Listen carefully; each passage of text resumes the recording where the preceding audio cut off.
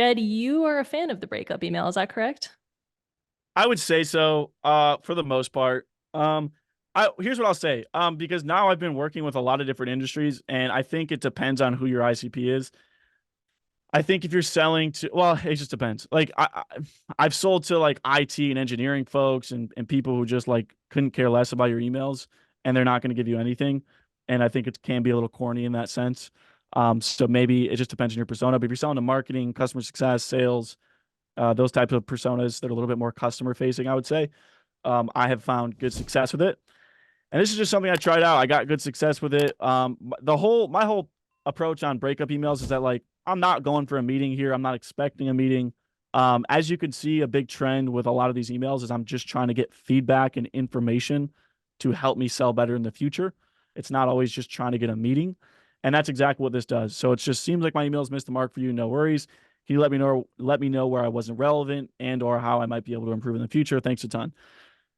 Like again, I'm not expecting a ton here, but if I'm doing a decently high volume email campaign, I'll get some responses, and oftentimes I'll get helpful feedback because going back to the core of what I think this call is about, what I've been talking about is that your customers have the most useful information that you could possibly get, and Mm-hmm. anytime you get a piece of information from them, treat it like gold, and that's exactly what this does. So something worth testing out for sure. And I saw good success with it.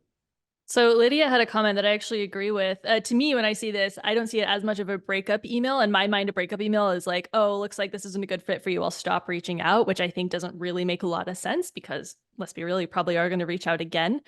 So I think this is good. Like you said, like it's a low friction email. You're not asking for a ton. If they feel compelled to share feedback, they can, and that's going to be helpful for you. But then also, if 3 months passes and you think it's a good time to reach out again, you can reach out without kind of going back on what you said, right? So I think this is a really happy medium where you're kind of implying that there's going to be a pause in your outreach, but you're not saying I'm going to stop reaching out and you're not like burning any bridges there, if that makes sense. Yeah, Lois says leaving the door open.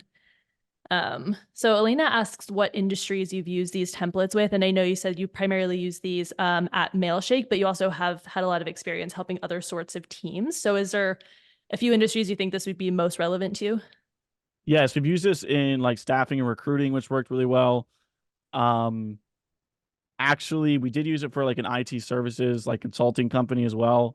Some services, like service-based companies. There's like a media agency I worked with that we've seen good success with. I think it's less about the industry and more so the persona. So, Mm-hmm. um, you know, is it, I guess the way to put it in simplest terms, is it more of an introverted persona versus an extroverted persona? And I would assume like, I would say like engineers, IT, that sort of stuff is a little bit more introverted and they're probably not uh, as interested in giving you feedback. They don't like email that much. Whereas the other departments I talked about earlier, those are a little bit more open to giving feedback. But just test it out, see what works for you. Again, change up the language a little bit. But to your point, Sydney, yeah, I would, if you're using breakup emails, I wouldn't do the standard version of a breakup email where it's like really burning the bridge. It's just a Mm-hmm. shot in the dark to get some feedback. Yeah, I love it. Like Dan mentioned here, the ones that come in hot with a, well, I emailed you 7 times and you never responded are kind of wild. But this one that you're Yeah. showing seems like a perfect happy medium.